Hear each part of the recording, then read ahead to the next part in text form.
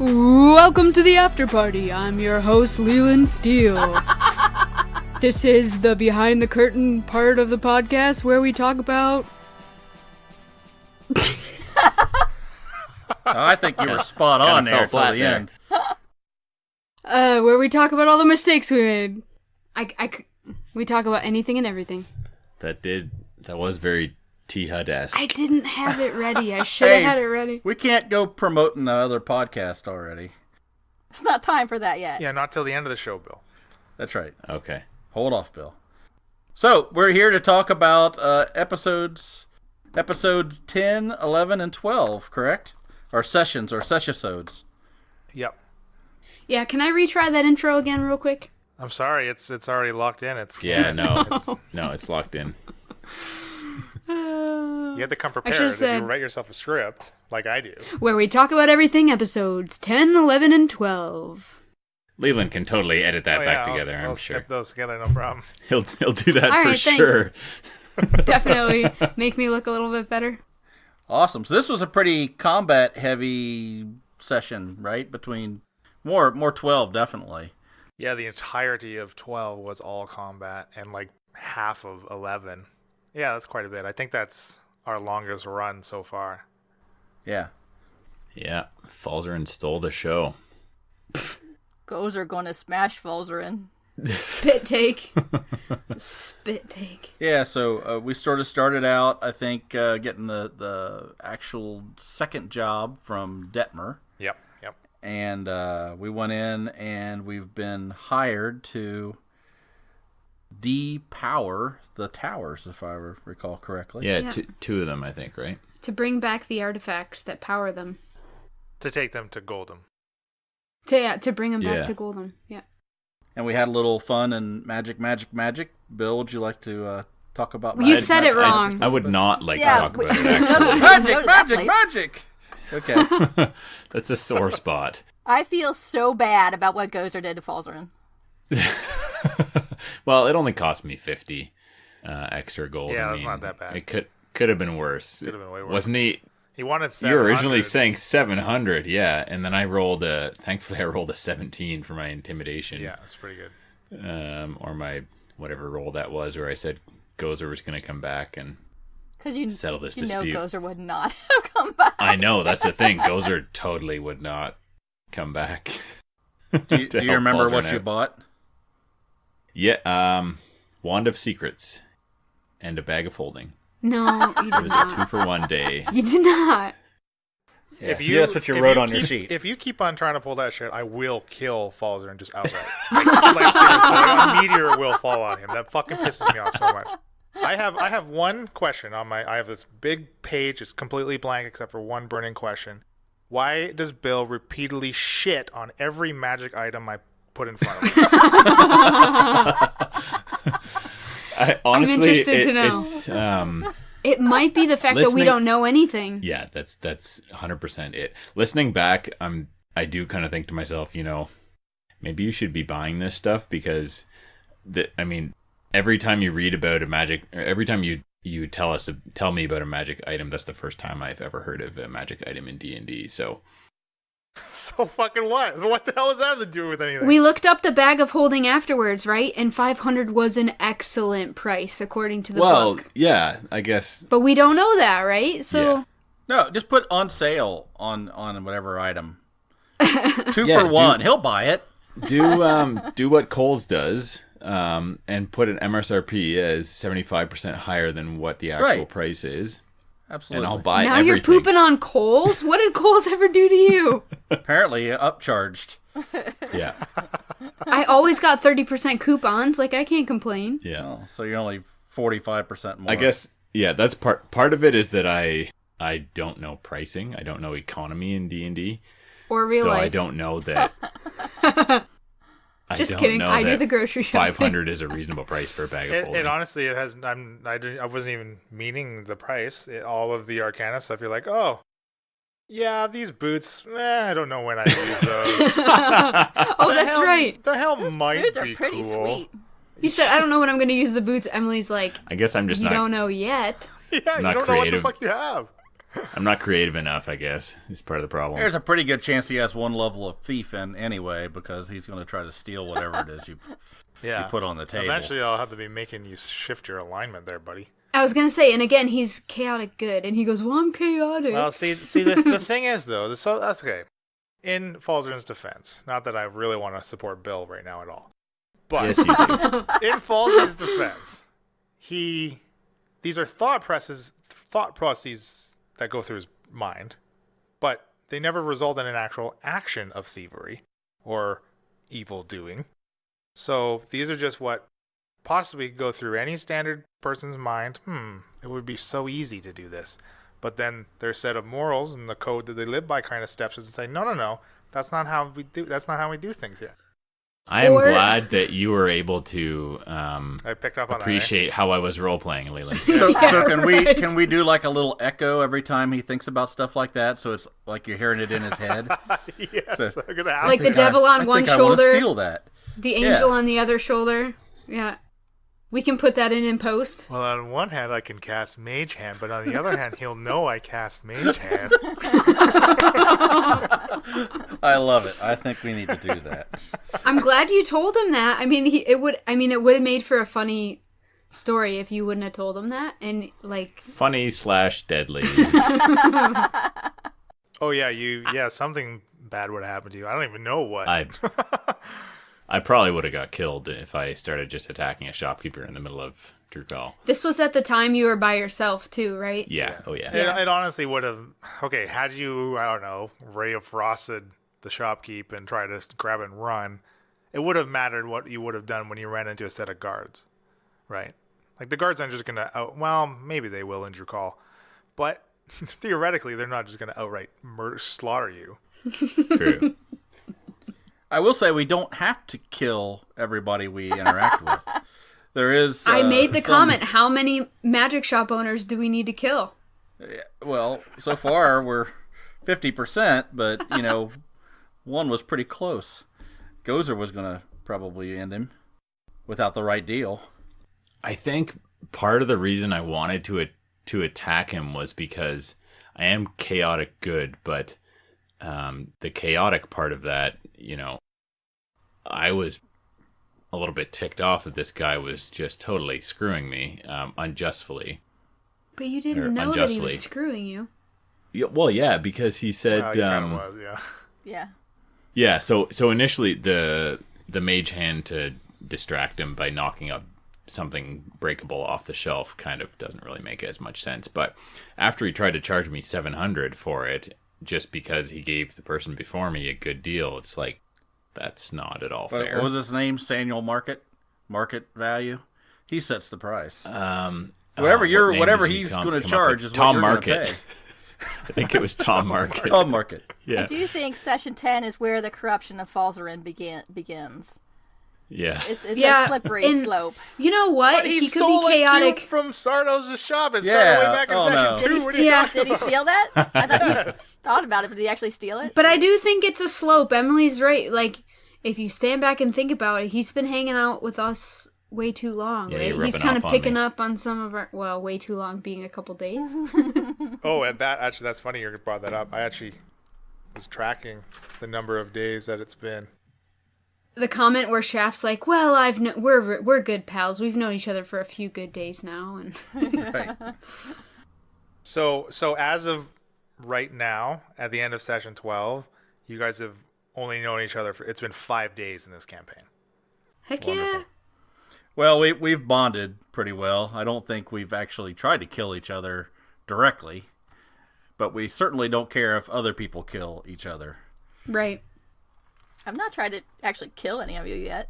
No. No. I mean, if obviously you don't care too much if I die. I mean, I'm raging, so I'll just bypass this dead body on the ground. If I'm raging, I'm not gonna be able to stop and think about the fact that you need help.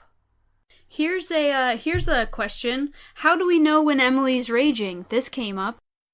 Does she have to say she's raging, or can she just say her battle cry? cry? These after parties into reigniting all the fires that we go through. And well, I don't feel like that fire was totally during extinguished the actual sessions, or are we just going to move past them resolved already and just forget about it. I don't feel like there was resolution.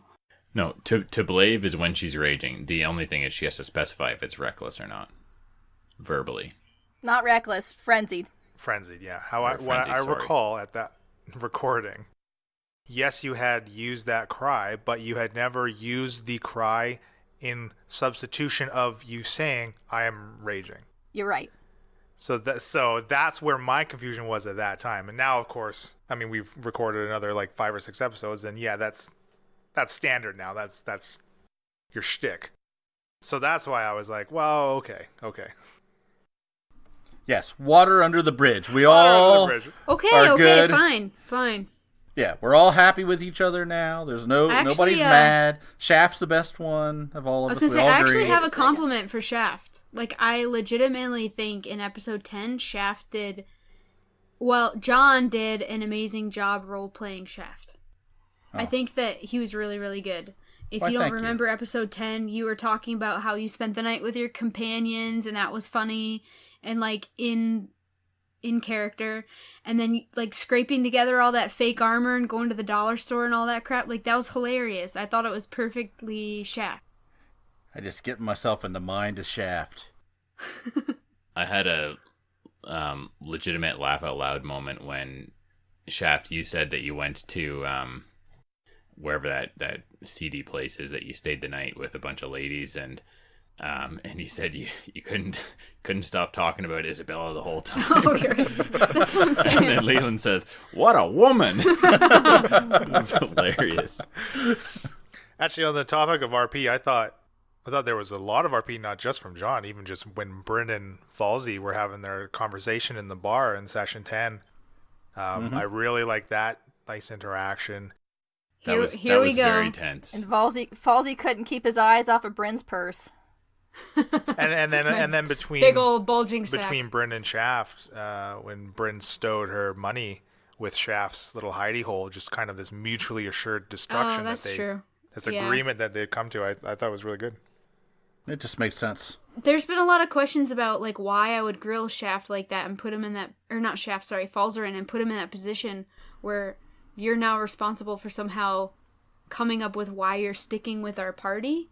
It makes sense from Bryn's perspective. Yeah, I guess I just want it to be believable instead of, like, we're in a podcast, so we're all just gonna follow each other down the yellow brick road and skip and click heels. Like, no, I wanted to come up with, like, what's your motivation? Yeah. And so it made sense. No, it totally did, but I really grilled you. In the moment, I was like, oh crap, I gotta get creative here so that this is believable, because those are valid things you were pointing out. Well, what was the last after party promo? Like, let's not bring your personal life into D&D, honey, or whatever it said. But, yeah, no, you do need to be a little bit creative, I think, to come up with reasons why all of us would stick together. I mean, Shaft and Gozer, I think you can do that. It makes sense. They kind of have they work together, and they also don't care about each other. That's right. But Gozer has a benefit from hanging around Shaft. She gets paid and gets whatever. And Shaft has some muscle to be able to do his job. Something for Gozer to do. Right.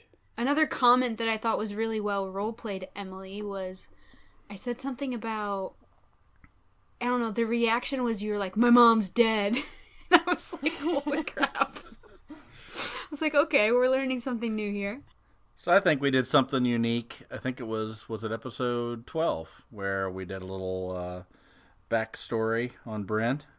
Oh, that was 11. Yeah. 11, little memory. Yeah. I think it was a pretty neat little scene to sort of give the audience something. I hope we do some more of that and get a little bit more of our backstory of each of our characters that will sort of fill in those gaps like you're talking about. Why would somebody do what they're doing? Right. As long as you guys stop almost dying. Yeah. Oh, man.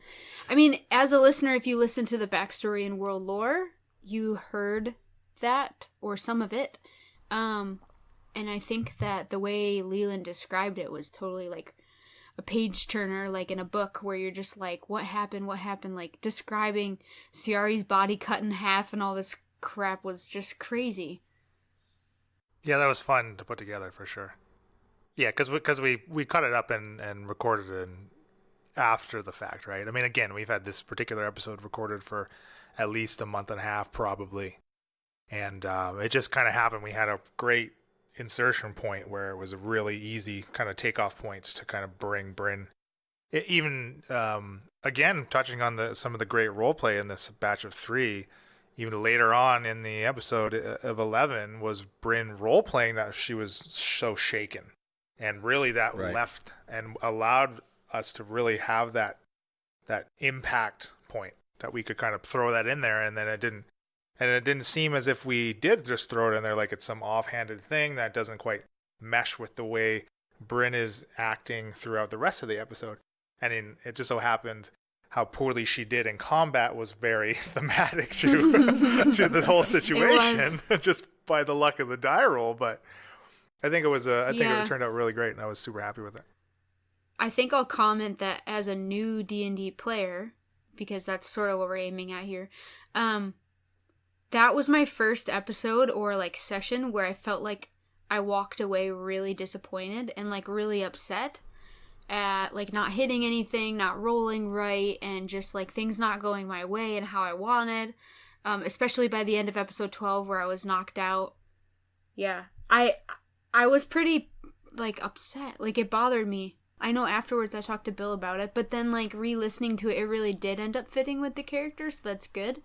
But I think that it's important, like sessions ahead now, to realize that happens sometimes. I think bad luck makes the best story. I mean, look at Shaft. He rolled 3 1s in a row, and if it wasn't for luck, I'd be dead. Yeah. Right? I mean, those rolls, those terrible rolls, and that was right on the edge. He could have bit it, and it doesn't happen a lot in 5e. I think there's a lot of ways, to for characters to survive. It's pretty tough to kill one off, right? I mean, unless you get actually hit so hard that you take more than your max into the negative, which that typically doesn't happen very often. Well, unless the party like runs themselves into something that they should just not be facing or something, right? Like there's no DM is going to throw an ancient dragon at a party of 4th level characters full of baddies. Yeah. All right. Just hold on. That's spoiler territory. Just, Nobody would have known if you hadn't said anything.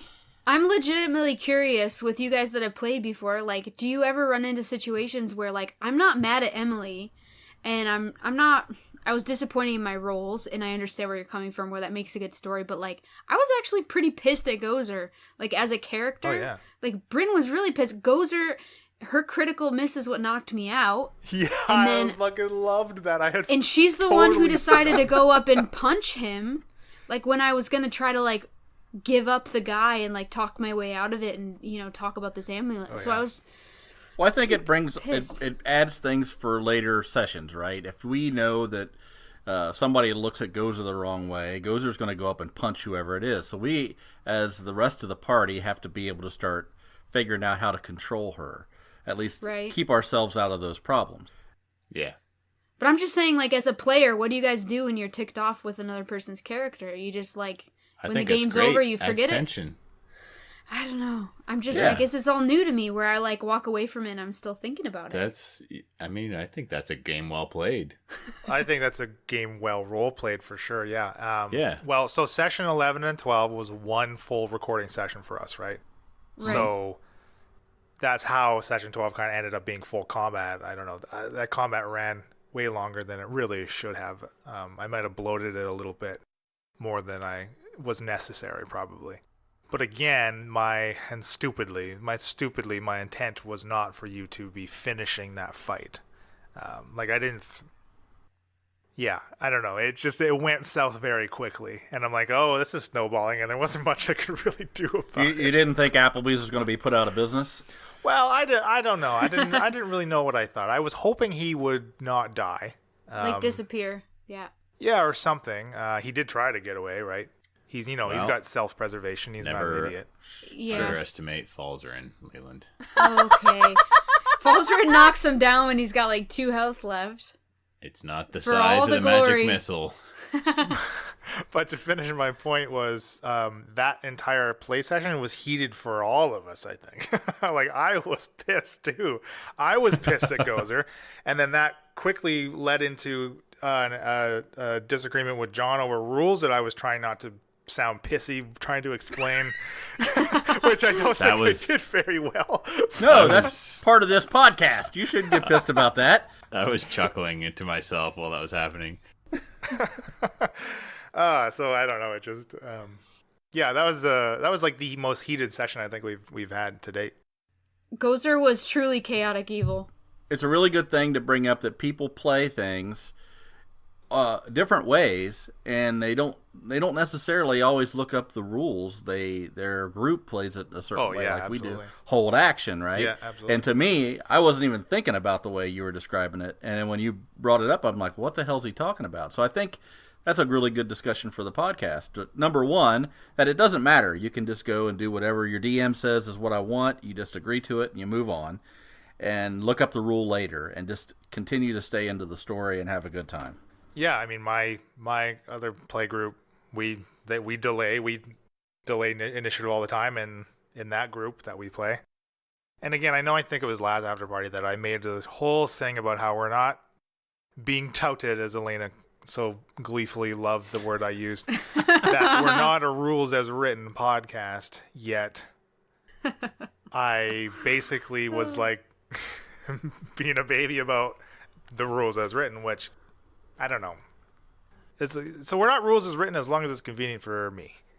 Right. But at the same time, you didn't stop play for 10 minutes to look it up and like consult multiple sources to make sure that yeah, I made a call and we just went with it. Right. Doesn't rules as written make sense a little bit more though when we're trying to teach the game to people that are curious or new? That's where I'm conflicted, being like, well, okay, here I go and I change a bunch of things for how crafting, like Magic Scrolls, for instance, work.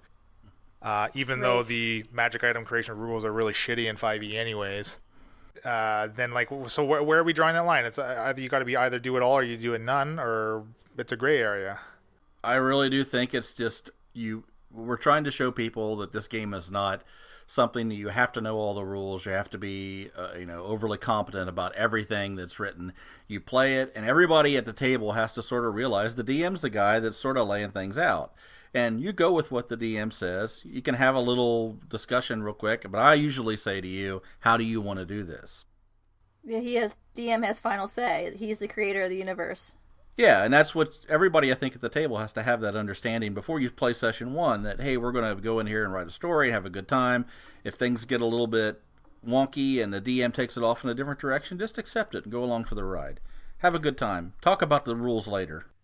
Well, I mean, after the last session, Bill was talking to me and he was like, "Oh, Leland definitely fudged some of those rolls. He was making it up to save me." And I was like, "Would he do that?" But I mean, I guess DM could do whatever. We can't see what you're rolling. You could say, "That's exactly right." "Oh, they miss," to continue the story in a more talking about opportune our way. latest Our latest session. I'm just saying. I thought, oh, you would never do that. But in a way, you could. One of you make a note on that, and we'll cover it in the after party once those episodes come out.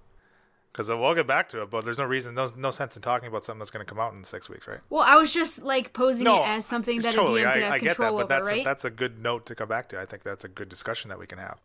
But to finish that point that John was making, I think conversely, a good DM needs to be open to criticism from their players and allow their players to be able to make a case for the way they think something could work. And now maybe you don't apply that to the rules as written, but it can thousands of exponentially different scenarios, the way a player interprets something as working compared to the DM.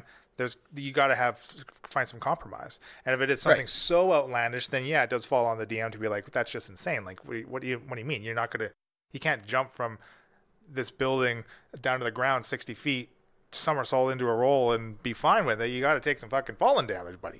Right. No, I agree. So there's a give and take between the DM and the players for sure. Absolutely. So that being said, did we have any questions about rules from the audience? Well, I think you had said you had, John, a comment about the hold action versus the ready. not hold action and ready that I. It was about the shield, the range. right? No, the range. It was not. Yeah. So somebody that one of our listeners asked about disadvantage on a longbow attack, I believe it was, and the question was brought up if the longbow has a range. I don't know exactly what it was. 60 to. I think it's 60 240. No, it's 240? 60 150. Okay, 60 150. So the question was brought up that individual believed that 60 to 150 was the standard.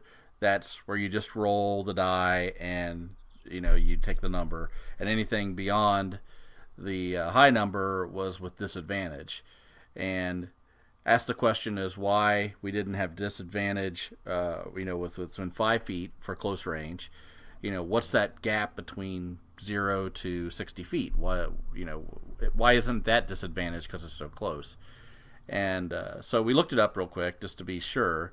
And the rule is if it's within 5 feet, of course, you're going to have disadvantage because you're trying to shoot a ranged weapon. But the rule is if anything from 0, essentially, or from 5, I guess, or 6, all the way up to the low number on the range is what your normal shooting would be without any disadvantage. Anything between 60 and whatever you said, 120, 150 is with disadvantage. And anything beyond 150 is just impossible to do with that weapon. Right, because that first way you described, then there is no limitation to the range of that weapon. That's right. But that's somebody who's been playing D&D for a while, and the question came up, and you just think about it for a few minutes and go look it up, and so there's a lot of rules like that are. Yeah, it gets into the nitty-gritties, and those are the finer mechanics of the game, and of course all of those mechanics always come from combat. I mean, even so in any type of game. But there's also like a feat that will allow you to fight with a bow within 5 feet. Right, and there's Warcaster is a similar feat with magic spells, the same way, same thing. And yes. And to clarify too, even on that 5 feet disadvantage, that is firing a ranged weapon at anybody when someone is within 5 feet of you. That's true. That's right. That's it's not even just the person within 5 feet of you. You try to turn from them and shoot at someone behind you 30 feet, well within your proper range, you still have disadvantage because there's somebody next to you. I didn't realize that. Yeah, that's crap.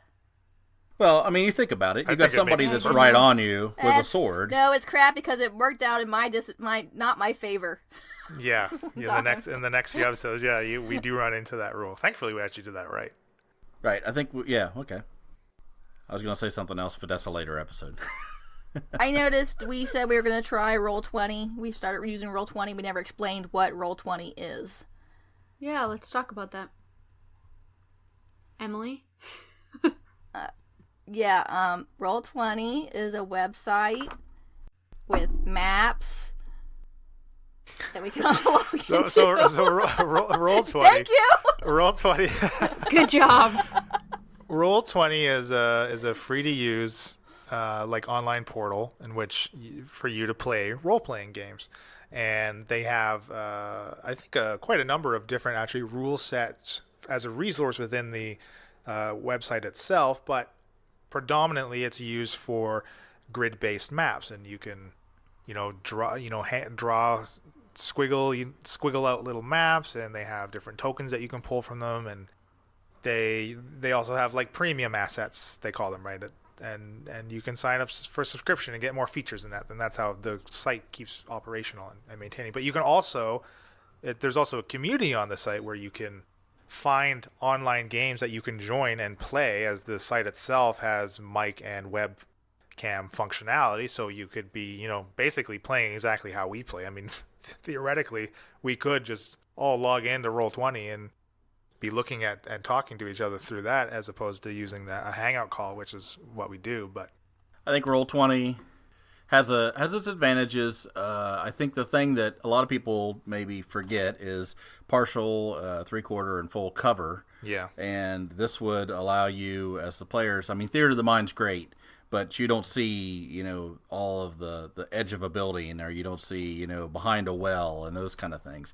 The only concern I had was we have to still describe it on the podcast as to what we're actually seeing. My fear was we would move and say, I'm going to move 30 feet up here, and the audience wouldn't know that you're standing next to something. Which we did immediately fall into. I mean, that's my personal opinion, at least for all of session 12. By the end of that combat, I was very lost listening back to it and being like, what's left? Like, I don't really understand where everybody is.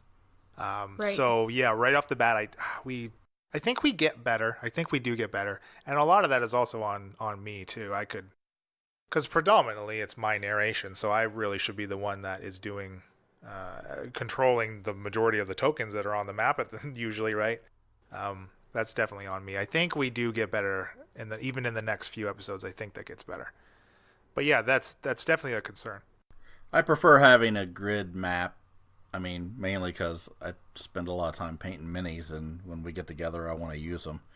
But being able to do it on Roll20, I can at least see, what a distance is for an attack with a weapon, or if Falzarin's going to cast a spell and it's a cone, you can sort of get an idea of where it's going to go. Versus, I felt like in the episodes after 12, like the next major combat, I think, I might be wrong, super helpful for Bill and I, because we're really not used to like how many feet are between us and where's this and that, and like picturing it in our mind, it's not as natural. Okay. Yeah, see, for me, I'm like, it's very easy for me to do and to keep track of it too. I mean, we even, again, in our last play session, we kind of ran into a thing that I didn't have a map for, right? So I'm not going to just not do an encounter if I don't have a map for it. So we ended up just kind of doing it theater of the mind. And yeah, I could definitely tell that there was like a little bit of confusion as to kind of placing and things. And of course it's very clear to me, but obviously I'm not describing it well enough, right? But I think that personally, that last battle where you had to ad-lib it, I felt like I did a better job of picturing it than I previously did. So, like, it obviously gets easier as time goes on. Sure, yeah. Well, and again, even when you're playing like Theater of the Mind, I would say that range is not too huge a factor. Like, yes, if something, it's because it's either going to be, basically, it's going to be, yes, you can hit this, or no, you cannot. And it's going to be me being like, yeah, it's within range, go for it.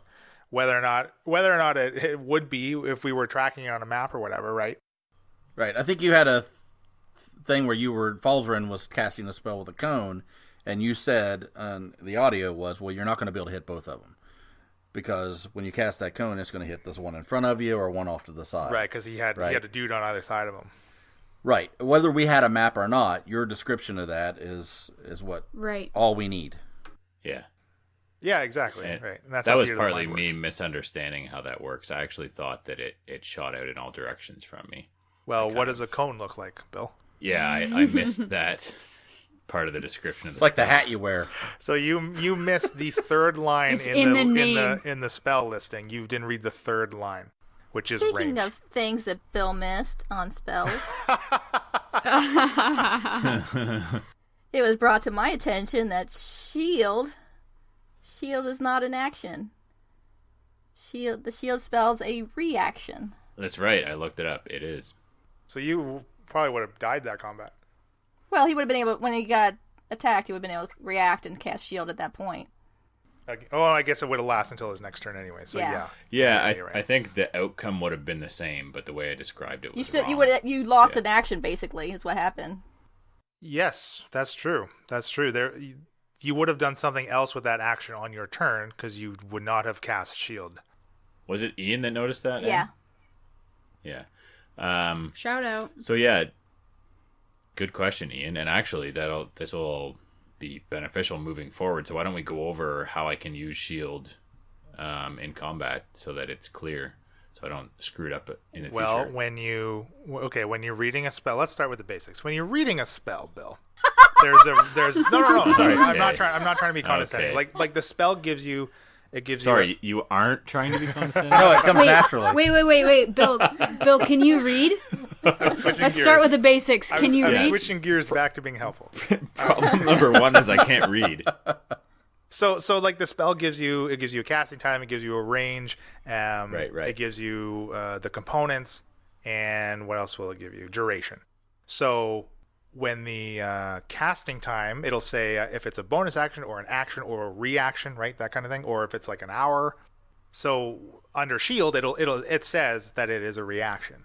Yeah, it says one reaction. Right. So which reaction is never taken on your turn. It's always taken on someone else's turn because it's literally reacting to something, right? So as soon as you get hit, and this is actually really good info for you to just have now going forward, right? As soon as you're hit, that allows you to spend your reaction to cast it and buff your AC.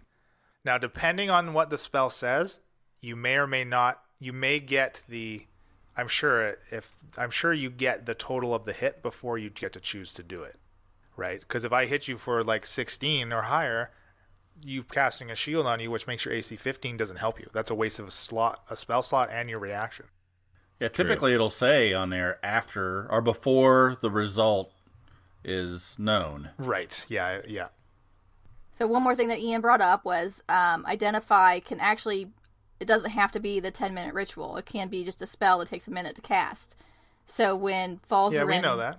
Well, when Falzarin was checking out that thing at the magic, yeah, he didn't have to go into the back room and spend 10 minutes. Yeah, that was me being a cheapskate, not wanting to expend a spell slot.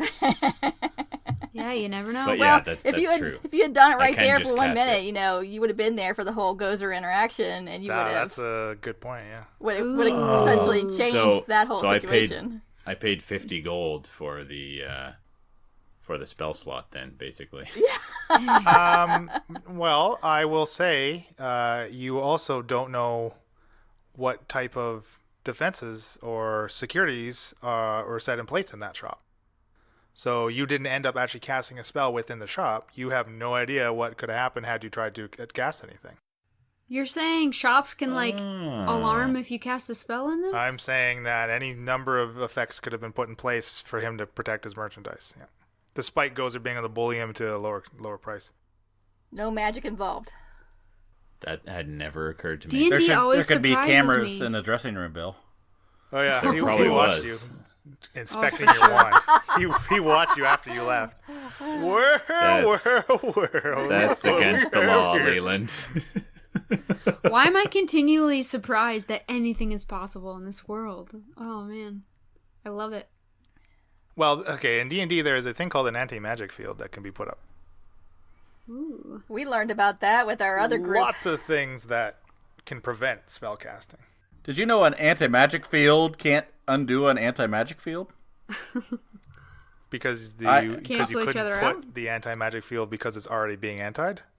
In our last play session of our other group, we were fighting something or trying to get to something that had an anti-magic field around it, and I, as a 15th level wizard, also had that spell, and my thought was to create an anti-magic field around me, go into the anti-magic field, and be able to negate the other anti-magic field, but it says specifically on the spell that you cannot do that. So that sucked. Because it's a magical spell, right? I was going to undo the other magical spell. Okay. I get what you're saying. But you're like adding two negative numbers, you're just going to get a bigger negative number. Right. I thought I was being crafty, but somebody like they would cancel each other out or something? Yeah. Oh, that would have been fun, yeah. So it is neat to play 15th level characters and then come back and play much lower level characters. I'll tell you, if we ever do get up into that level of wizard, Falzarin, you think you have trouble making decisions now. It's exponential with the things that you can do as a high level magic user, a high level wizard. As a magic user. Well, I really think some of those wizard in particular, that their power creep is like exponential, where a lot of like the fighting based classes are more linear creeps, where you're getting pretty much the same kind of increase every level that you go up. But I mean, just as soon as this wizard jumps from even second to third level spell slot availability at level 5 is huge. Just you be able to just throw out huge damage fireballs and all that kind of stuff. Like it's a pretty big power jump. I will say that a lot of the spells though are save spells, so it's not really like you're rolling for an attack. It's they're saving against your spell DC, which, I mean, mine as a 15th level is a 17. But the things that you're fighting are also really good. So, they save considerable amount of time. Can you explain what you mean by that? Because I don't get what you're saying. A save. So your save difficulty challenge is how well of it's how good of a magic user you are. What you're casting a spell at a certain, I don't know, what would you say, Leland? Lethality? Potency or potency, absolutely. And their ability to withstand whatever you're giving them. They get bonuses on their saving throws. So if you're casting a spell that affects them, they get to save versus that. Now, the good thing is if they fail, they typically take half damage. So like even with Fireball, if you cast Fireball and you take out a big swath of people, if they do a dexterity saving throw, if they are higher level, they might have a really good dex modifier, and a lot of them might save. I think we kind of ran into that our last play session, like very recently, right? Like you had a spell build that you could have casted where they had to save against it. Yeah, they had to do a saving throw. Enemy was making I see what you're saying dexterity checks, dexterity saves. Okay. Now I see what you're saying. Okay. Well, Falsey's already a master of magic, so no worries there. What does a DC stand for? Difficulty check. Oh, okay. All right. Yeah. After, we eventually level up in this. We'll be leveling up to 4th level eventually, and one of the new spells that I check is one of those where it's kind of they call it a save or suck spell. Like, if they make the save, then the spell's not gonna be effective. Okay. Yeah. Usually it does half. I just was making sure that's what you were talking about, John. There's a reason why I didn't choose to play a wizard our first time. But I think the good thing is as we're growing in the podcast, we're getting little pieces added in, right? Right. So everybody's sort of learning along with us, and they get to learn a little more about those specific types of characters, like Shaft, of course. The different things that he can do, the advantages he gets at even a 3rd level. Now we went over something in one of I think it was episode 12, where I have Hunter's Mark. I also have Colossus Slayer. And, if those things really hit and you can do all those things at one time, you can do a lot of damage. Yeah. And, talking through it in a podcast, you might not, you're going to hear about it a little bit up front, but later on when we get to later episodes, we might not be going through exactly what's going on with all that. Right? I might say I have Hunter's Mark or I'm going to use Colossus Slayer, but we're not going to go into the details of what all that means every time. Yeah, absolutely. Otherwise, it just gets tedious. We are expecting that if a portion of our audience are newbies, like we are trying to cater to, that they are also growing with the show. So we must grow with the show too. Like our explanations and the amount of info dumps that we try to limit and make as succinct as possible also need to grow and evolve and improve. I have a few last comments about session 12 specifically, and then we can kind of get on to our one of our questions we have here. But in session 12, Gozer, you had that one. Okay, sorry. Calming. I got to get my thoughts in order here. I was very surprised at how excellent session 12 turned out. I thought it being entirely combat was going to be a little, this is get kind of tedious, but there was a lot of ups and downs in that combat. It was exciting. 12. It was very exciting, I thought. Even listening back, I had listened to them back to today at work, and like Gozer, you had that huge hit on Hank for like max damage you could have done with like 17 damage or whatever. Like ridiculous. When you hit him, he had 2 hit points left. I figured it was pretty close. Yeah, and then Falsey comes in and magic missiles him for 3 and puts him down. We don't need to talk about hit points. The point is that Falzarin killed him. And Falzarin himself only had 2 health left. We established that before you made that. Pretty close to being so dead. 2 against 2. That's pretty good. And also, you admitted you had 2 health left. Despite how difficult that fight seemed, and you kind of basically got ambushed with Hank's little feint, and still though you guys really disrupted the scouts pretty well, especially basically Falzarin was like supporting the whole back half of that battlefield. So that was really great. And like, it could have been a lot worse. And there were so many critical fails on both sides. Like, I think I critical failed 2 or 3 times just with my scouts as well. Yeah. It was crazy. That fight could have went way differently too. And also, hence my frustration. Like, halfway through, I had not realized that all the scouts also get 2 attacks. And at one point in the episode, you hear Emily being like, "What? They have 2 attacks?" And I'm like, "Yes, yes, they do." Because I'm an idiot and don't know how to run games properly. Hey, we didn't notice. I didn't notice. I noticed when Emily said that, and I was like, I kind of didn't quite understand what was going on, or why all of a sudden they started attacking twice. Yeah, yeah. We're using like was it soldier in the back of the book? No, I think it was literally scout. Scout, okay. I think it was just the stat block for scout, and I just was focused on using Hank's, and at least Hank was attacking twice. So I have a question. Was Hank Applebee's named prior to this episode? Yeah, he's been named since Bryn's backstory. Yeah, he was in my backstory. Do we have a whole restaurant theme on your backstory going on? No. So like a Fridays and that's the front for his there's business. Hank Applebee's and there's Frank Outback and I don't want to run into Frank Outback. Frank Outback is the Dragonborn that works for Detmer outside of Detmer's office. Oh, that's right. That's Frank Outback. Yeah. There's also Mike Chipotle and Hank Applebee's. I think at one, I don't know if it was in the episode that Bill, you had said that, these little sewer halflings, like, Leland must have just had in reserve to save our ass in case things went south. I think that did make it into the episode. Yeah, I think it did. And they were not like a contingency plan or anything. Okay. That's the reason why we were waiting for dark, you said. I don't know why they came and saved us at the time. I didn't know. Yeah, sure. I mean, why are these little things popping out of sewers and stabbing the dudes we're fighting and then, like, taking us with them? Like, what's going on here? Yeah, I totally thought they were contingency planned for the DM so that we didn't get a total party kill. Let's not spoil anything, but I mean, I think the audience after episode 12 is wondering along with us, are these darklings good or not? Yeah, of course. Yeah.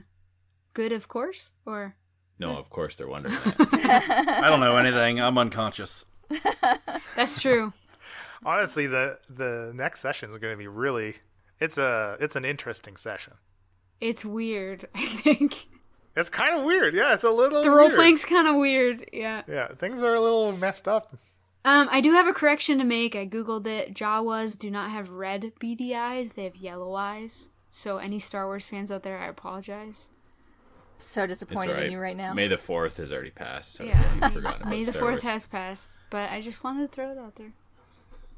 Did you guys have any last things that came to mind? And then, like, we can get to it. There's one kind of sizable question here that we could probably finish off with. I got 2 quick things. We mentioned TPK, but I don't know if we ever explained what that meant. I said total party kill. Well, TKO, very similar. Yeah. Total. The entire party dies. And it can happen. And Won't Leland has happen. threatened us. Right? Yeah. Leland threatens us continually about it. Every time we... But he sends in some darklings to save us. I have noted down that John will not lie about his roles. If he dies, That's right. He dies. That does not necessarily imply that I'm lying about my roles. Oh, really? Okay, because that was the first thing that I came to think my that mind. could imply some things, yeah. I mean, Here's the things. I expect Leland to lie about his roles because he's moving the story along or doing something occasionally. Can Emily, can you roll a deception check and I'll roll up whatever? I want to know if you're lying about your roles. Most of the time, I am not. Wow. That is the chaotic evil answer we all thought would happen.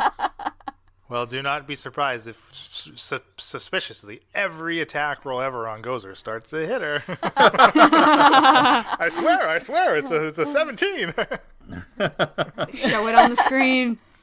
And then we did have some little confusion about the disengage action being a bonus action, I thought. Oh, because because Bryn. I have it as a bonus action. It's a bonus action for Bryn. Cunning action gives me disengage, dash, or something else. There's hide. That's quite hide. Nice. Yes. Yeah, cunning action is awesome. That's a specific rogue class feature. Cunning action and sneak attack are two sweet things that get right up front. So but anybody can disengage, but that would be their main action. That'd be the only thing they could do. Right. But exactly, Bren gets it as an extra thing. If I had it to do over again, I know we're not multi-classing, and we don't need to get into what that means, but I would have taken one level of rogue and then went to ranger to be able to get those factors. The sneak attack and cunning different action. things. Yeah. They're pretty sweet. Because even at first level rogue, like extra sneak attack damage is an extra D6. I mean, that's not that bad. I think it's pretty good. Yeah. Personally. Okay. Let's get into this one sizable question here from our good pal Ian. He's on Twitter. You can follow him at Taco Ian. And I think why don't we just invite Ian to our Discord channel, because he's really the only one we get questions from. So. Yeah. But he sent another lovely email, so thank you very much for reaching out. He says, for this after party, I have a few questions about DMing. I have been a DM on and off since I first played D&D in 1993. Today, DMing is what brings me the most fun in RPGs. What resources have you used to learn to be a better DM? I really enjoyed Sly Flourish's The Lazy DM book. Also, I like Jason Alexander's blog, thealexandrian.net. And I learned to love sandbox, randomly generated games from the dark of Hot Springs Island. That has taught me a lot about how to run a sandbox where you cannot plan for things. What tools do you use while running your games? Do you use your audio stuff when recording, or is that edited in? Do you use random generator sites like donjon.bin. blah blah blah? What is your favorite DMing moment from past campaign? Okay, so that's a lot to break down there. One, I totally agree with you, Ian. I 100% prefer to DM than be a player. Like, all hands down. I think I've mentioned that in our very first after party. And as far as resources, all those resources you've listed, I have not checked out. So thank you very much for those recommendations. I totally will look into them. But I really don't use that much. I mean, there's lots of YouTube stuff I look at. I mean, all of Matt Colville's stuff is good. Taking 20 is a great YouTube channel. There's another Dungeon Dudes. There are a couple Canadian guys from Saskatchewan, I think. Yeah, it's all good resources, but a lot of it is again, it's geared towards like kind of beginner stuff. It's like explanations, which really I think is all that a burgeoning DM kind of needs, because once they have those basics, part of being a DM and is honing how you interpret them and how you use them and do your own stuff with them, I think, anyways. Yeah, so like tools, again, I don't really use any of this stuff that you recommended. Maybe I should. Like randomly generating stuff, I don't randomly generate anything. I don't even really use random encounters all that much. So basically what I do when I start a campaign, one, I've never played a storied campaign. I've only ever homebrewed, so it's kind of all my experience. My very limited experience has been. And also strictly in 5e, but I mean, I just like going through like the monster manual stuff, and then I read the lore, right?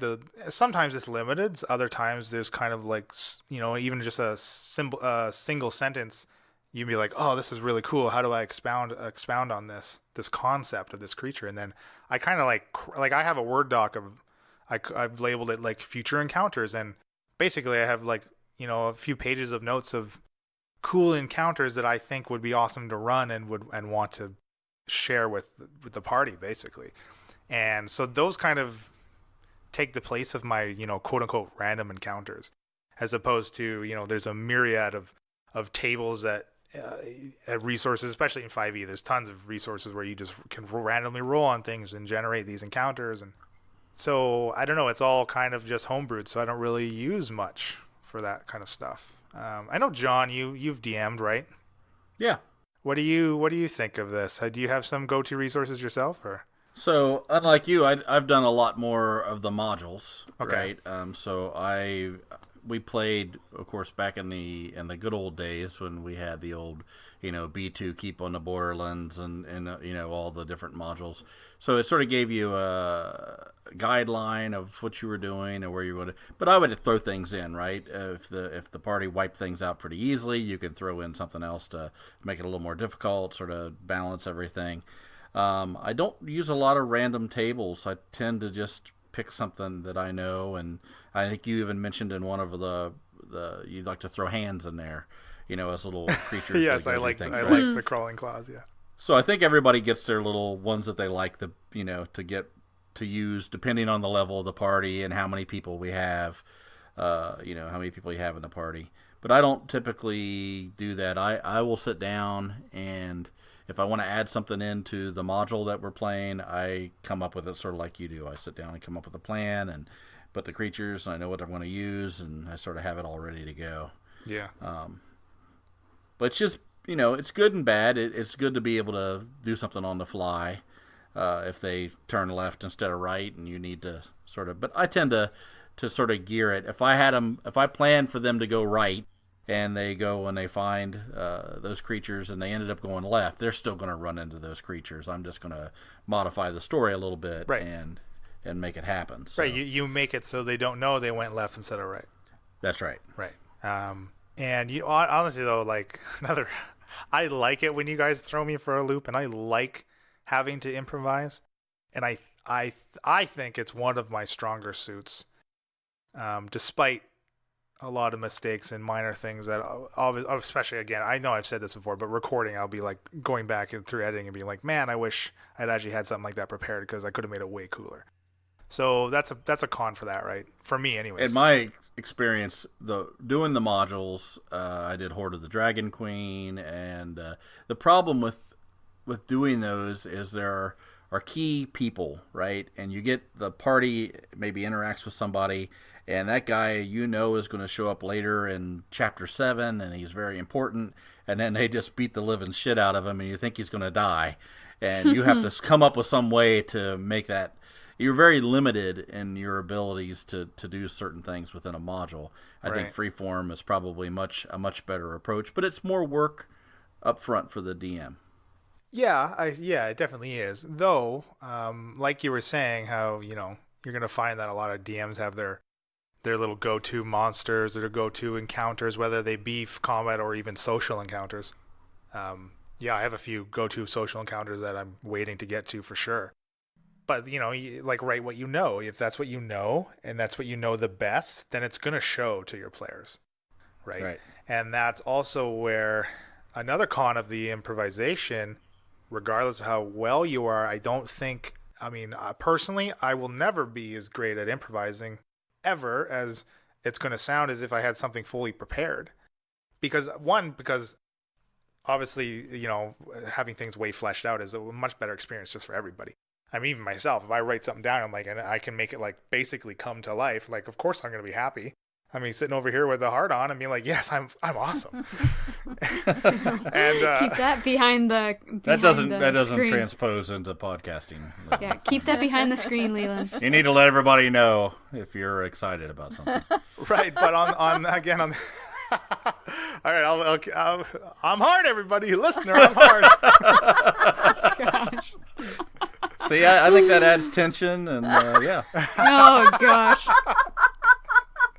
Well, we told Leland pretty recently, we said, whatever you want the party to do and you're planning that we might do, just maybe also plan the opposite, because we seem to just completely go the other way sometimes. We seem to often go left when the DM's plan is for us to go right. Well, okay, I will say that I never have a plan for what you guys are going to do, because obviously I can't plan for that. So I have I have predictions of what I think you were going to do. Now, whether or not you happen to do them, like John said, if I have something that I really need you guys to encounter, you're going to encounter it eventually. Whether or not you're going to encounter it at the base of or the Vorgrag Mountains, or if you're going to hit it all the way down at the southernmost tip of the Faelarian Forest, somehow, somewhere, like it's going to happen because I feel that it needs to happen. And also, again, it's like this cool encounter that I think is going to be fun and I want to come to life.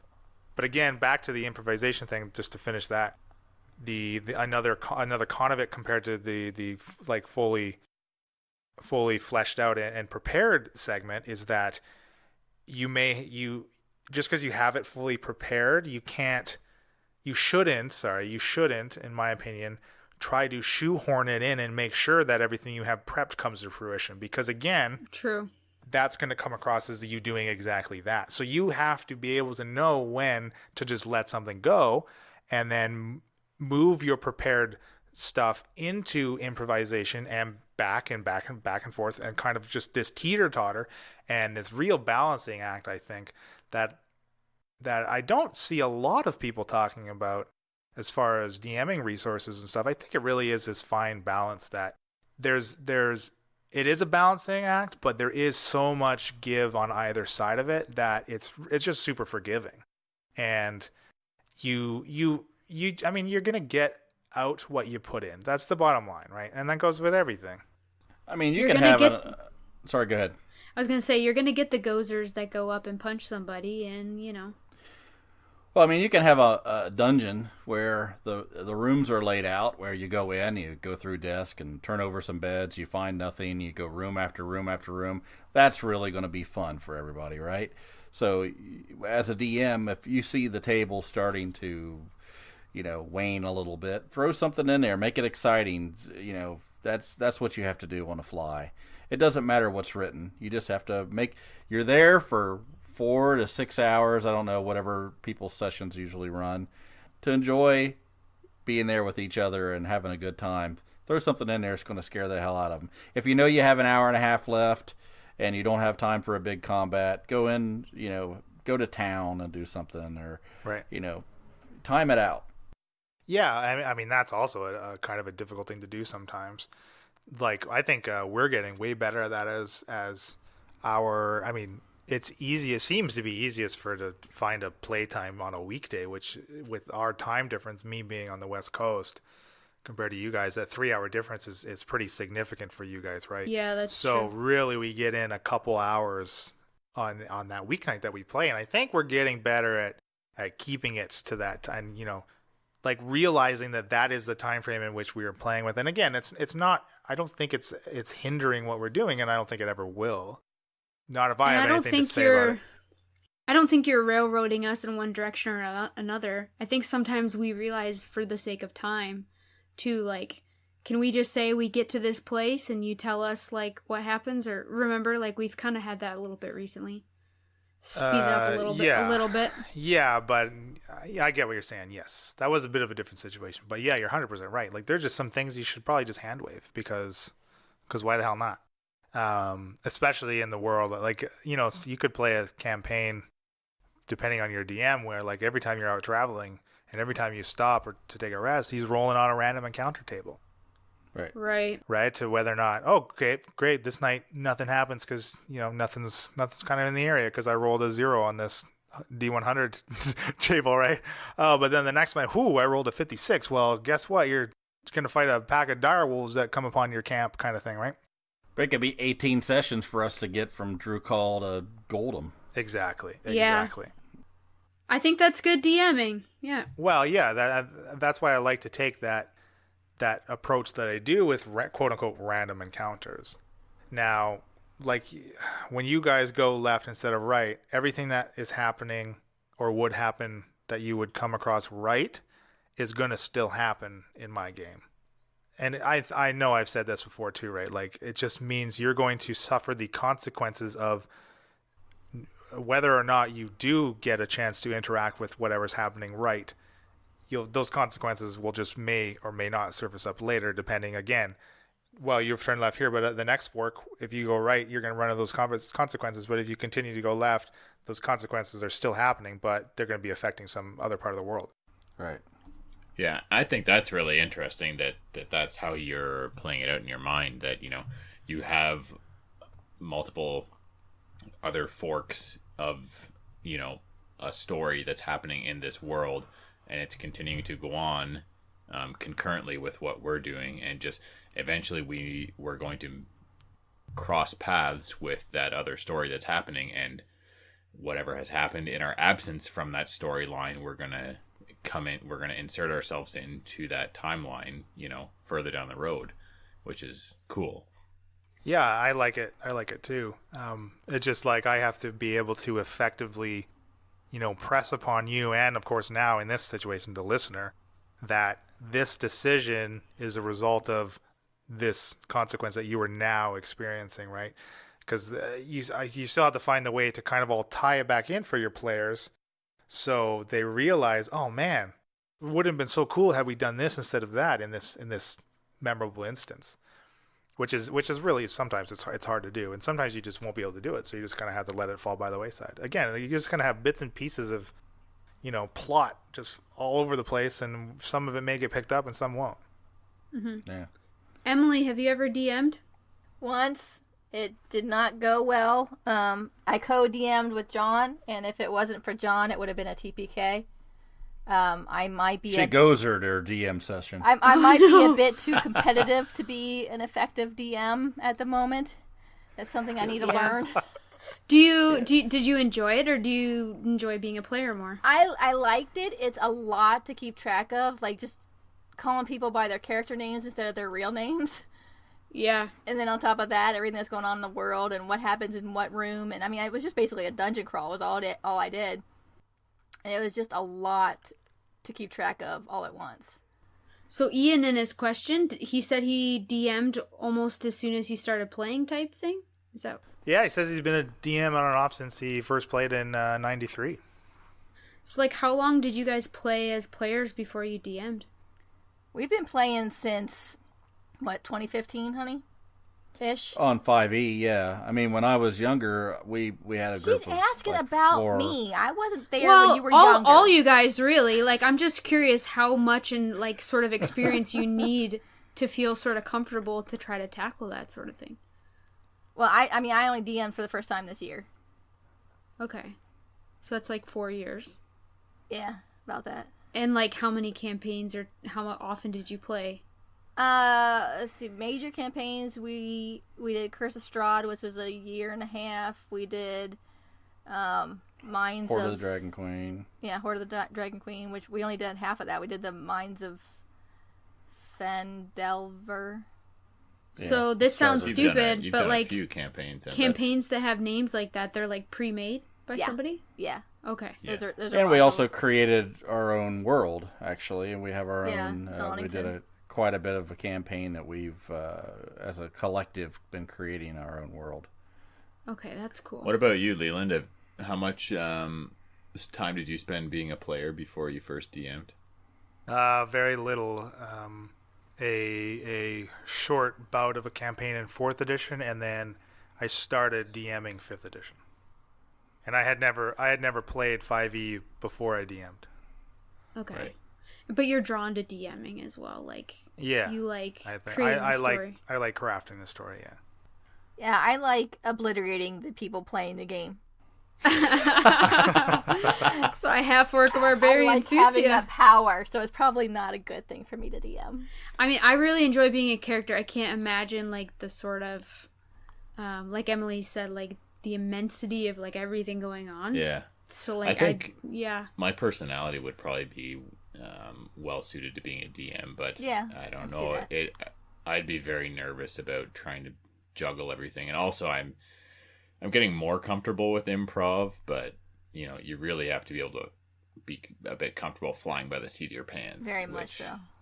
Is something that's new for me. I would like all my character voices to come to light. I have quite a few in reserve. Well, maybe someday you could do a one-shot for us. Yes, I was just gonna say. Eventually, I want to play on mic with you guys. That would be kind of cool. Yeah, that'd be fun. I would definitely be nervous and like really need to prepare. That's my personality, is be like over prepared. Yeah, I think it'd be a little bit like public speaking, right? Like 99% of people get nervous before they public speak, but a lot of the time, once they get up and they start going, they get into a groove, and it's not as bad as I think it's going to be. I'm interested in learning, though. It's all just like so much going on. Yeah, and I would say really, yeah, it's tough. I don't want to be. It's tough not to it's tough to give advice to new DMs. I mean, I would say what worked for me is knowing the rules of the edition. Right.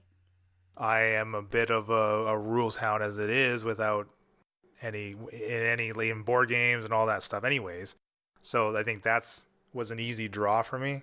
I mean, I pick up that player's handbook, or I pick up the player's handbook and the DMG, and starting with 5th edition, and like blitz through them and got a handle on the game, and then rounded up players like, hey, let's start playing. I'll run a game. And yeah, you're gonna be rusty. Like when we first started this, I mean, starting before we started playing, it was the first time I had DM'd in probably at least 2 years, maybe even closer to 3. So that was super I didn't realize rusty, that. super duper rusty. And I feel like I still am. I feel like I'm still stilted. I think you're doing a good job. You're using words like stilted. You're fine. Yes, well, sure. I mean, that's just everyone's gonna be self-critical of themselves.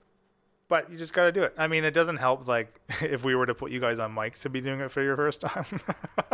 Oh, for sure. Oh, man. But, I mean, we could get together and play off mic and just play. Yeah. Well, I mean, even on mic, like, part of this would be, like, I would be totally open to being corrected or, like, being encouraged to do one thing over another. Like, it's all a learning experience, this whole podcast. That's sort of the point, is like, don't be afraid to listen to us if you're curious about RPGs or D&D, right? Like, you're not even sure about it. Sure. I mean, what if you're curious, you're DM curious too? Like, right. Yeah. Yeah. I know I am. I know I just spent the last 30 minutes talking about being a DM, but I don't, even so, I don't like speaking about DM tips and tricks because I don't feel like I have them to offer anything different than anyone else out there who are much more qualified / better at just running games than I am. So I don't feel like I'm some type of authority, and I just like to talk about shit, and I'll talk about anything for any amount of time until someone stops me. So like that, I think it's much easier to be like, hey, yeah, we can show you how to be a player, because they have way more of a confined rule set in which they abide by compared to being a dungeon master. Yeah. Well, yeah, I think like you said, if you want to DM, you're probably going to have to do a bit more homework. You're going to have to do a bit more reading, because there's a lot of rules that the DM has to know that the players don't, right? The DM needs to, but you can also kind of freehand it as well, I guess. Like as we've been saying, you can you don't have to.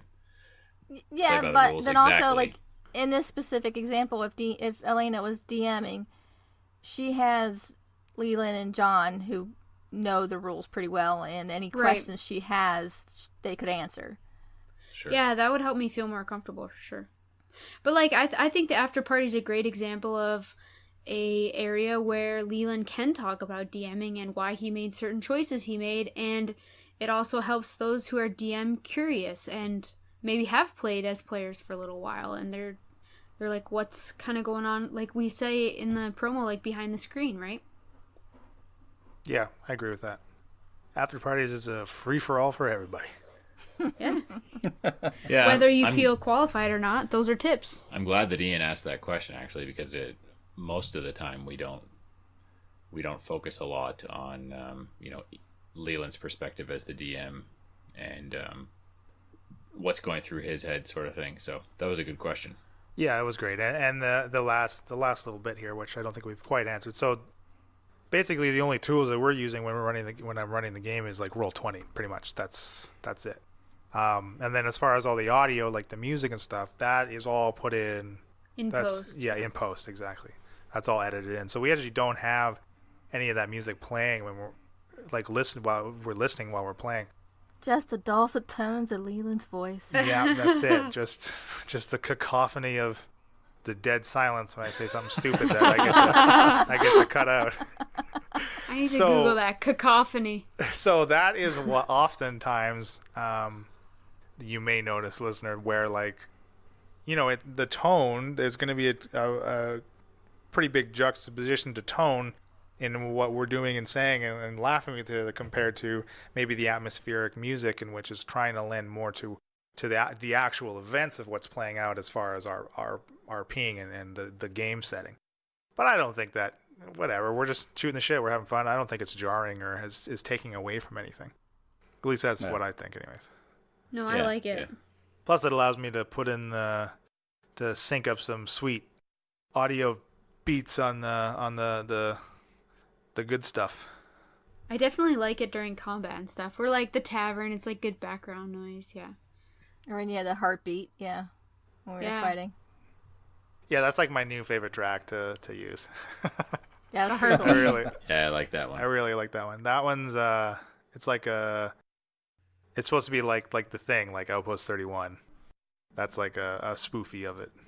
I think it worked really well leading up to Bryn's flashback. Like it was. Oh, that was sweet. Really intense, and then we had the flashback, which was also very intense. Which, great job, Leland and Elena doing that. I thought it was good. Surprised myself at how, like, sort of baffled and taken back I was. Like seeing Hank, I was way quieter than I think I normally would be. Yeah, you were. It just worked out really well, and we didn't. We actually recorded that back story separately too. We weren't actually like talking to each other when we were doing it. Yeah, that was a question that was brought up to me. Did we talk about that during the session? And no, we didn't. So the characters still actually don't know, like Shaft and Falzarin and Gozer. They don't know that whole backstory. There's more coming out in later episodes. But yeah, I was at home recording by myself. And put the sword down. Oh yeah. Yeah, I could hear it from the other room, and I was a little concerned. Like, what the heck? Yeah, I like being able to insert stuff in. We play live, we do whatever happens, but then being able to go in and insert stuff in later, I don't think takes away from the action and what we're doing. But it does give a lot more to the story, I think, and I think the more that we do that, and the audience gets a little bit different perspective on our character backgrounds, I think is going to make it all together better. And I'm super excited for more flashbacks. I think it's a great idea. We talked about this a bit in the last after party that when we were talking about character death, and I had said that the thing that would probably hurt for me the most is all of the backstory that I've put into Falzarin that hasn't really come out yet in the campaign. So I think the flashbacks will be a good way to get little bits and pieces of that to kind of seep through and show their face in the campaign. I think that'll be more interesting for the listener and more fun for us because we're going to hear it as well when we listen back. So I'm excited about that. Yep, so we have a lot of great things to come. We have what, Leland, you think we have about 6 episodes already in the can? Right, not edited yet. But we have, I think it's 8, actually. I was going to say more than that. Yeah. And we're going back to a Monday, Thursday schedule now, I believe, right? Yes. Yeah, the original schedule that we first launched with. Because now we're about, a month, 4 weeks ahead on releases compared to what we've recorded, which I think is a nice buffer for us, and which we're going to try to maintain. Mm-hmm. So one, we're not scrambling, and then also conversely, it's not, 2 months since we recorded something and then it comes out. Yeah. And I even to that, that is wrapped in with all the inserting the backstory stuff too, because that just really shows the progression of the show itself.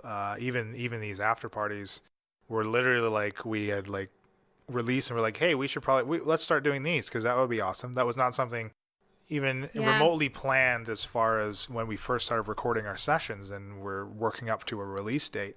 And so are some of this insertion of this background, these backstory stuff, and all these deeper character moments that we want to express. That's all just the evolution and progress of the show. Just as we're listening to it, as we're getting a much more involved look at how it's really shaping up, then we're able to make these decisions and add these cool things that we all think are awesome and want to continue to do. So. I agree. I think we're about an hour and 20 minutes now. So we have one more question. Oh, okay. It came from Twitter. It's from Troy Allen. He's at Troy Likes Stuff. Great guy, good follow. He says, "What is the Incorrigible Club? Why won't anyone tell me?" Troy and I have had this conversation in the past. Again, we are the Incorrigible Party. Yeah, which is kind of birthed from the Incorrigible Club, but Birthed from, but not the same as. that's true. Yeah, that's what my mom tells me all the time too. Birthed from, not the same as. Oh no. I don't know, Bill. Anybody else want to take this one? I think we need to keep secret secret. If he hasn't been told yet, then we don't want to. What is your T-shirt? Out of the bag. What does the T-shirt say? Incorrigible. Please do not encourage. Yeah. I love how that was.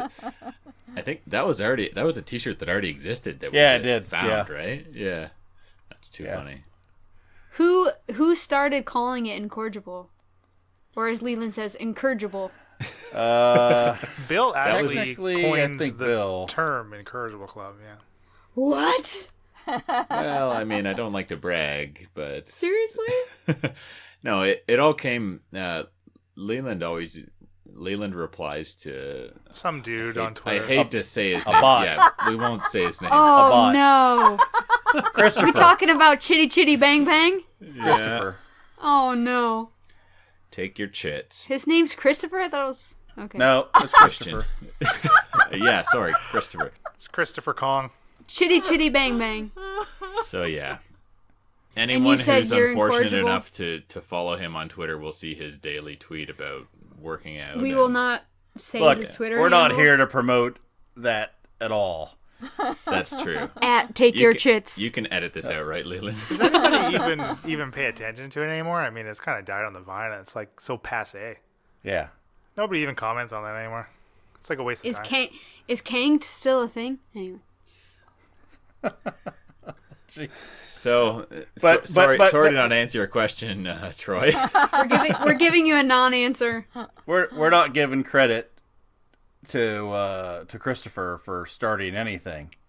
What about Bill though? He tried to take it today, Bill's didn't Bill's claiming credit though. Are we giving Bill the credit he's trying to claim? No, Bill put a name to it, but I'm the one that really started being encouraged. Oh, there it is. I coined the name. I'm the one that used the fucking word. I agree. Yeah, Leland sort of, as far as the name being stuck with us, but I think it was there's actually a collective of individuals who tried to figure out how to make people's phones die by sucking all the battery life out. Over-jiffing. Yeah, so I think that was the crux of it. In our heyday, I believe on Twitter, we were sucking phones dry. Yeah, we're all getting up in the morning, getting a little older, getting a little slower. It's tough to keep up with now. I don't want to let out a secret here, but I turned my Twitter notifications off a long time ago. So yeah, that's why you see like 8 hours later you get 20 notifications from me going back and just liking all the. Well, now it's the goddamn Discord channel. I had to turn those off too. Yeah, that's true. Our Incorrigible Party channel's pretty hopping during work days. That's at Patreon level, $15 per month. Yeah. Even then, you can only be a fly on the wall. You can't chat to us. You can just watch our garbage all day. Observer status. So we need to pay them. And it's just horrible. It's like watching a car accident all day. Oh man, that's Incorrigible Voyeur Club. I think I'm into that. That's kind of kinky. Watching paint dry? Alert, listener! Hard alert! Okay. Behind the screen, Leland. Stay behind your screen. Wouldn't you like to peek behind the screen? That's the $25 Patreon level. Oh, yeah. That is the title of this after party. Peek behind the screen. They don't have titles. Oh, dang it. Do you even listen to our podcast? No. I'm just kidding. I do, but it skews the data. 3 of us listened today to 3 different episodes. That bumps our numbers by at least 9 downloads. I know. It's incorrigible. You 4 are incorrigible. I hope that answered your question, Troy. And welcome to the club. Now that you know, you shall never ask it again. Welcome to the club. Buy the T-shirt. That's all you need to know. Like, you know everything we know. First rule of Incorrigible Club is nobody wants to be in Incorrigible Club. Yeah, the first rule. Absolutely. Yeah, if you want to be a member, there's no way you're getting in. The second rule of the club, there is no Incorrigible Club. You mean all you have to do is put it in your Twitter name and you're in? Yeah. Hey, now there you go. See, now you just Join gave the club, away the y'all. secret that I didn't want anybody to know. Hashtag Incorrigible God Club. damn it, Leland. That was it. That's the whole damn thing. There's nothing more to it than that. Well, I will say, the Incorrigible Club itself is like the upper echelons of everything. But the Incorrigible Party is the upper echelon that even reigns even more supreme than the club, I'm afraid. So. That's true. Heck yeah. And ain't nobody else getting into Incorrigible Party because I don't want to have to handle anyone else. Well, I mean, But for $100 a month, you could be a fly on the wall of our Discord, and we might not have to work anymore. That'd be awesome. You're right. For $150 a month, you could be a fly on the wall. How many flies on the wall do we need to quit work? now, do guest NPCs can they consider themselves honorable and Incorrigible Party members? No, that's why they're called non-player characters, not player characters. Okay. Let's not even get into guest NPCs right now. They're coming, listener. Stay tuned, yeah. Stay tuned. Stay tuned. You'll be tuned for a long time. No, they're coming. 8 episodes or so. Shorter than you think. It'll be it's like waiting for Santa. It'll be It's like here a in month. like 3 nights sleep. No problem. I can handle that. Get your little Christmas advent calendar. Yeah. You got 30 days or so. You got like, what'd you say? 2 episodes a week. You said 8 episodes. I mean, Okay, we're at an hour and a half now. Yeah, let's finish this off because we know we're going to talk for 45 minutes after this before we go to bed. always. So, Brian did suggest that maybe we introduce ourselves at the beginning and end of the after party, just our names and our characters. Sure. Why? I'm just kidding. Brian's a loyal listener. Is it because Will heed Emily his doesn't advice. sound like Gozer in real life? Surprise! Well, I sound like this all the time. Just ask John. Well, I can see where the confusion lies. Leland Steele is a man of many voices, as this podcast is just show very accurately. I regret bringing it up now. Yeah. I've been Leland Steele. Our beloved DM. I think he's trying to sign off. Oh, Try it again. This is Leland Steele signing off. This is Emily. I play Gozer. This is John. I play the best character, Shaft. This is Falzarin. This is Bill. I play Falzarin. and I'm Leland Steele. Thanks for listening to the Incorrigible After Party. Stay classy, San Diego. Well, I'm Bryn. I play Elena. I'm the rogue elf. All right, I'm hitting stop now.